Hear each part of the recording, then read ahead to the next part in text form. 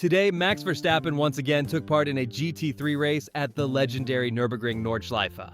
In this video, I'm going to show you how Verstappen performed in both qualifying and the race itself. But before we get into the qualifying results, it's important to understand why Max is racing in the NLS in the first place. The Dutch driver is currently preparing for the famous Nürburgring 24 Hours, which will take place from May 14th to May 17th. To get ready for that challenge, Max is competing in the Nürburgring Langstrecken-Serie, also known as the NLS. These races allow drivers to gain valuable experience on the Nürburgring, especially when it comes to traffic management, endurance racing conditions, and the unique challenges of the track. With the Bahrain Grand Prix and the Saudi Arabian Grand Prix removed from the April Formula One calendar, it's now expected that Max could participate in another NLS race during April as part of his preparation.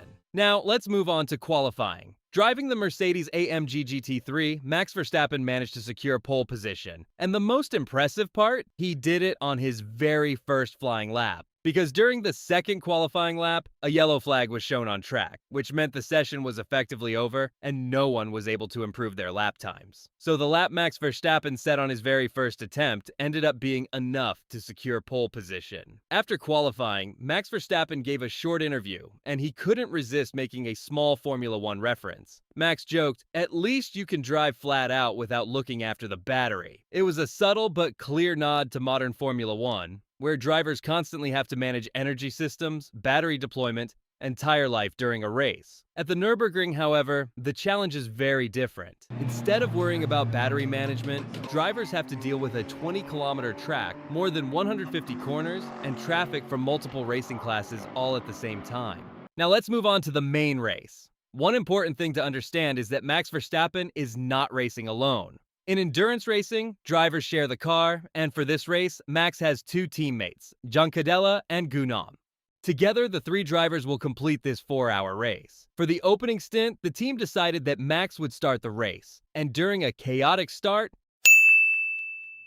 Max managed to hold on to his pole position and got away cleanly.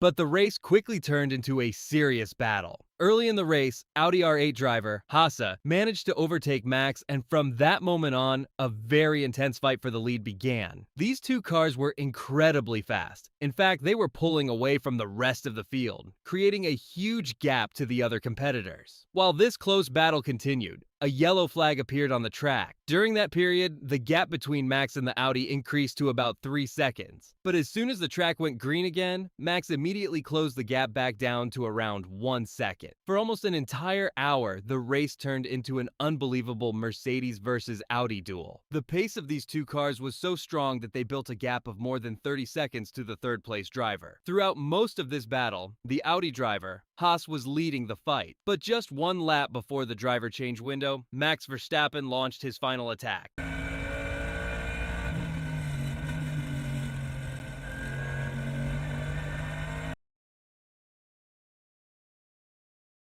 After this incredible fight, the Mercedes managed to enter the pit lane just ahead of the Audi for the driver change.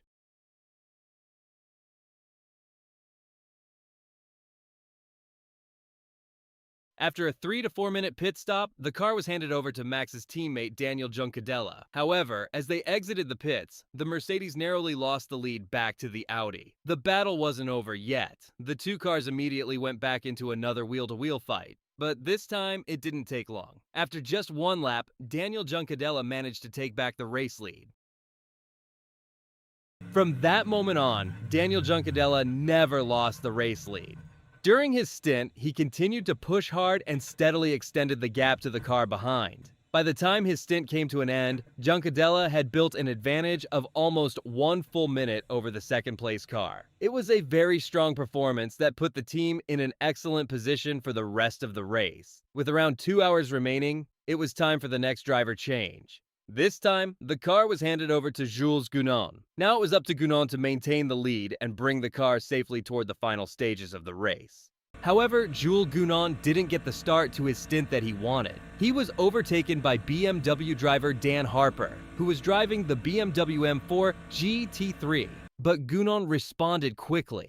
Within a short time, he managed to retake the race lead and put the Mercedes back in front. This time, the main challenger was no longer the Audi. It was the BMW team fighting for the victory. However, the situation soon changed. After an incident involving a Porsche, Dan Harper received a penalty, which made things much easier for Gounon at the front of the race. From that point onward, Jules Gounon drove a very clean stint and did not make any mistakes. Then, with about 45 minutes remaining in the race, the team made their final driver change. The car was handed back to Max Verstappen. Max took over the car in the lead and focused on bringing it safely to the finish. Lap after lap, he drove consistently and without any errors, managing the gap and keeping full control of the race. And when the checkered flag finally came out, the result was clear. Max Verstappen and his teammates secured another victory in the GT3 class. That means in just his second GT3 class race, Verstappen has already managed to win again with his team. After performances like this, it's fair to say that Max Verstappen now looks more than ready for the legendary Nürburgring 24 hours. But now the big question is, who do you think will be Max Verstappen's teammates for the 24-hour race?